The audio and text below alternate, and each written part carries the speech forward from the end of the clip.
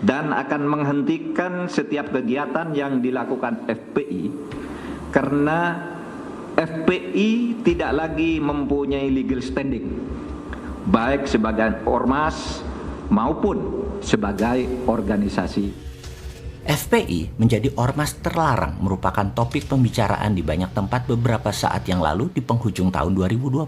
Ada yang pro, ada yang kontra, dan pastinya ada yang tidak peduli. Bagaimana pendapat seseorang yang sederhana dan sontoloyo seperti Bosman melihat fenomena ini? Karena kamus kata masalah telah hilang di benak seorang sontoloyo ini diganti dengan peluang, maka ada sisi lain sebenarnya terlarangnya FPI ini bisa-bisa merupakan sesuatu yang bagus, sesuatu yang menantang bagi Anda fans FPI atau anggota FPI, sesuatu yang ditunggu kebaikannya yang lebih advance lagi. Hal ini mungkin memang yang harus terjadi untuk membuat semua pihak menjadi lebih maju lagi ke depannya. Kita melihat dari sisi positifnya dalam menganalisa terlarangnya FPI. Kita awali dengan bentuk negara Indonesia tercinta ini. Kita harus menyadari siapapun berada di balik perubahan Undang-Undang 45 menjadi Undang-Undang 2002. Kalian sesungguhnya telah berhasil memporak-porandakan negara Indonesia tercinta ini menjadi negara seperti saat ini yang penuh dengan transaksional.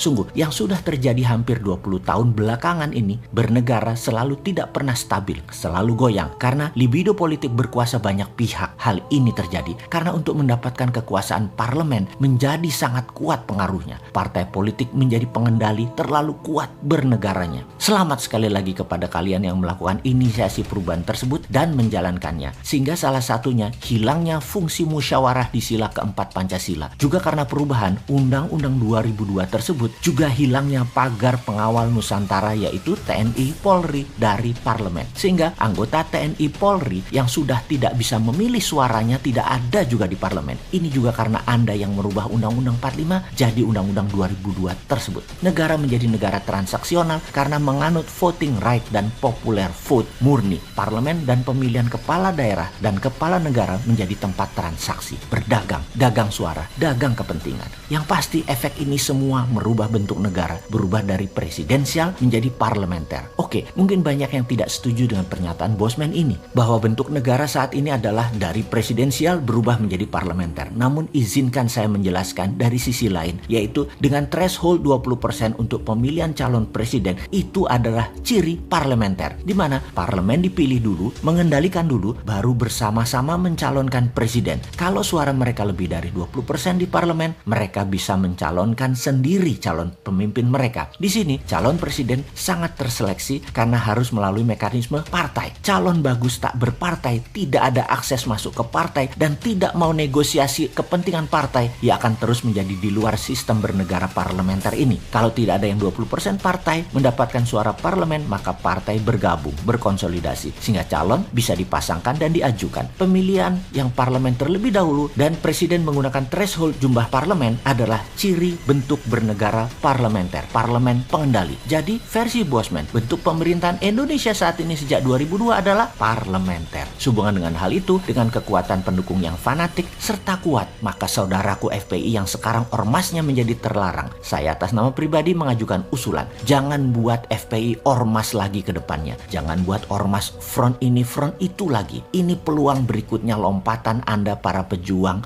jadi ke level yang harus berani Anda lakukan. Dirikan partai, rebut suara di parlemen sehingga Anda menjadi terlegitimasi kekuatannya dan amal baktinya. Ubah bentuk perjuangannya menjadi satu level lebih tinggi lagi. Jadi partai. Setelah menjadi partai, konsolidasikan kekuatan dengan partai lain. Misalnya PBB-nya Pak Yusril, Partai Berkarya, Partai PKS, dan lain sebagainya di bawah panji Partai FPI. Jangan-jangan angka 10%, 20% di tangan suara rakyat tersebut. Sebagai pengingat sejarah, di tahun 2004 Partai Demokrat Pak SBY jadi presiden, suara Demokrat hanya sekitar 7%-an. Apa tidak mungkin FPI bermain di tahun 2024 bukan sebagai partai yang kuat saja tetapi masuk ke pemerintahan tertinggi menjadi presiden atau wakil presiden? Semoga usulan sederhana ini bisa dijadikan referensi yang akan menambah kayanya variasi bernegara nanti di tahun 2024. Dan bagi cebonger, informasi seperti ini jangan dibilang Sontoloyo ini kadrun ya. Sontoloyo ini ya Sontoloyo, mazhabnya sendiri. Sontoloyo mah seperti yang kalian katakan, hanya tukang jualan gorengan.